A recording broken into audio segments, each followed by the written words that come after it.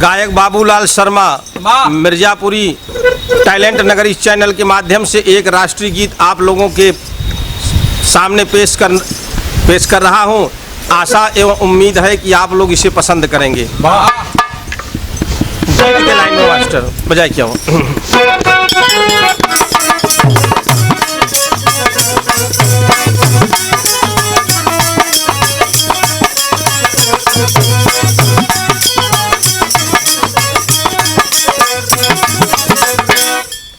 अरे कहे कितने भैया कितने,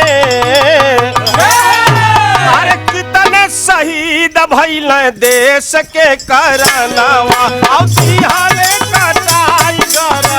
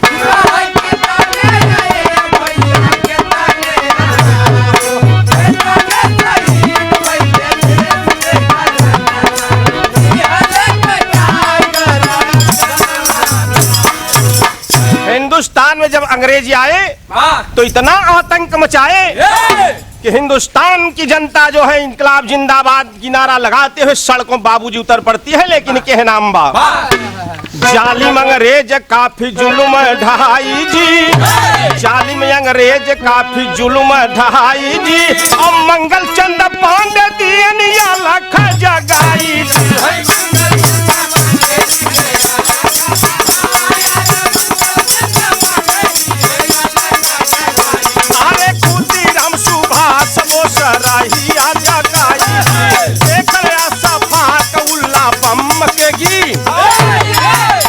असेंबली में चंद्रशेखर आजाद, अशफाक उल्ला और राम प्रसाद बिस्मिल बम फेंकते हैं बाबूजी।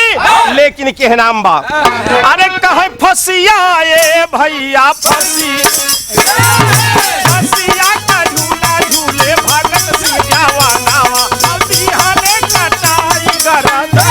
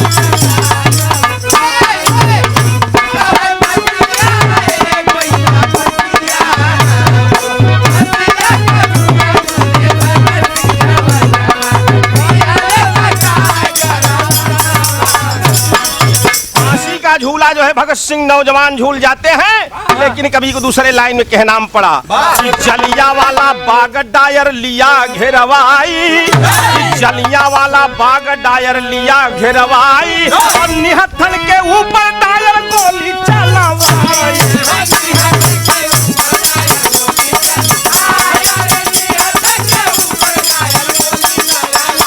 अरे उधम सिंह जवान पहुंचे लंदन में जाई, सभा बीच टायर ऊपर गोलियां जा। अरे कहे हंसी हंसी ये भैया हंसी हंसी, अरे हंसी हंसी, अरे हंसी हंसी, उधम झूले फांसी कई झूला नावा, अभी हाले कटा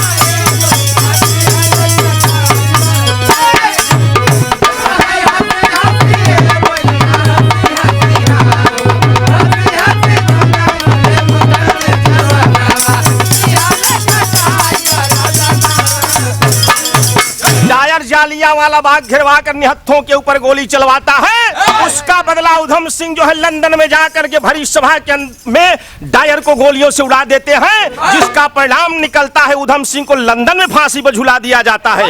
लेकिन कहनाम बा तीसरे बंद में कवि जी लिखते हैं, देशवा में अमर बाट जेकर कहानी, अरे देशवा में अमर बाट जेकर कहानी, और अंग्रेज जल से डटी के लड़ी झंसी वाली रानी हो।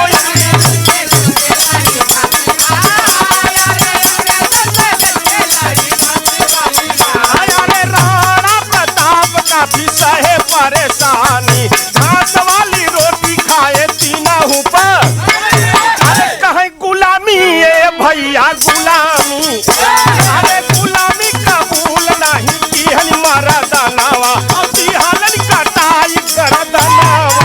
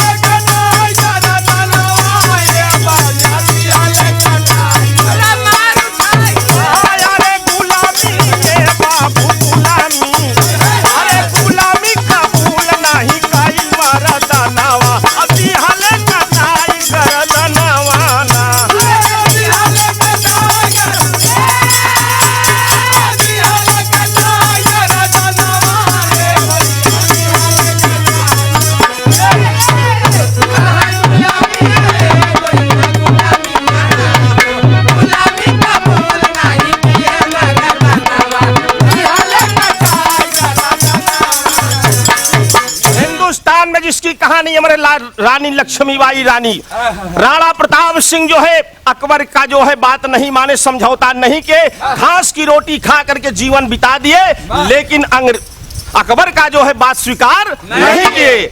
चौथे बंद में कवि जी लिखते हैं कि अंग्रेज जाते जाते किए क्या कि कैले आजाद हिंद धोखवा कमाए, अरे कैले आजाद हिंद धोखवा कमाए, और कैले दुई टुकड़ा गोरे लूझिए लगाए हो।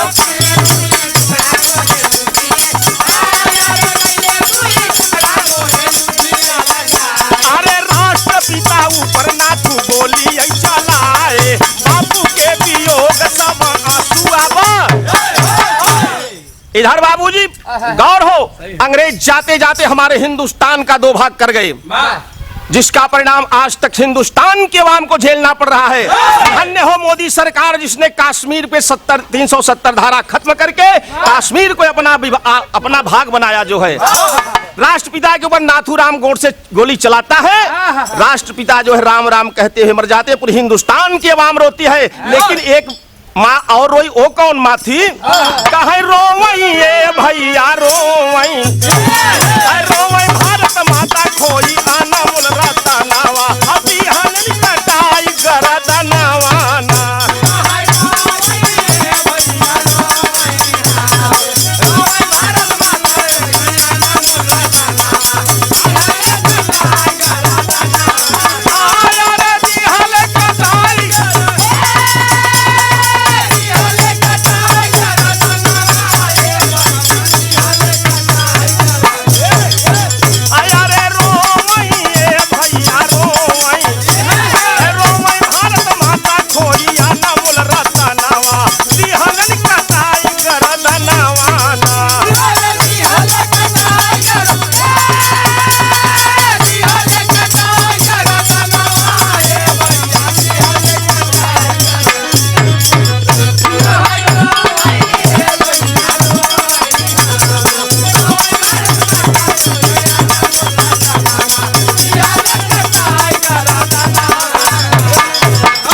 भारत माता भी राष्ट्रपिता के जो है वियोग में रोती है। लेकिन आखिरी बंद कवि जी लिखते क्या है कि दो टुकड़ा जब हुआ तो उसी एक टुकड़ा का जो है देश हिंदुस्तान पे चढ़ाई करता है। उस समय अटल बिहारी वाजपेयी की सरकार थी। अटल बिहारी वाजपेयी के नेतृत्व में हिंदुस्तान की सेना ने वो अदम्य साहस दिखाया कि उसके दांत खट्टे हो गए। लेकिन आखिरी बंद में कवि जी लिखा अरे कारगिल में आया पाक कई के तैयारी, अरे कारगिल में आया पाक कई के तैयारी, और भारत के जवान चढ़ी बैठल ललकारी।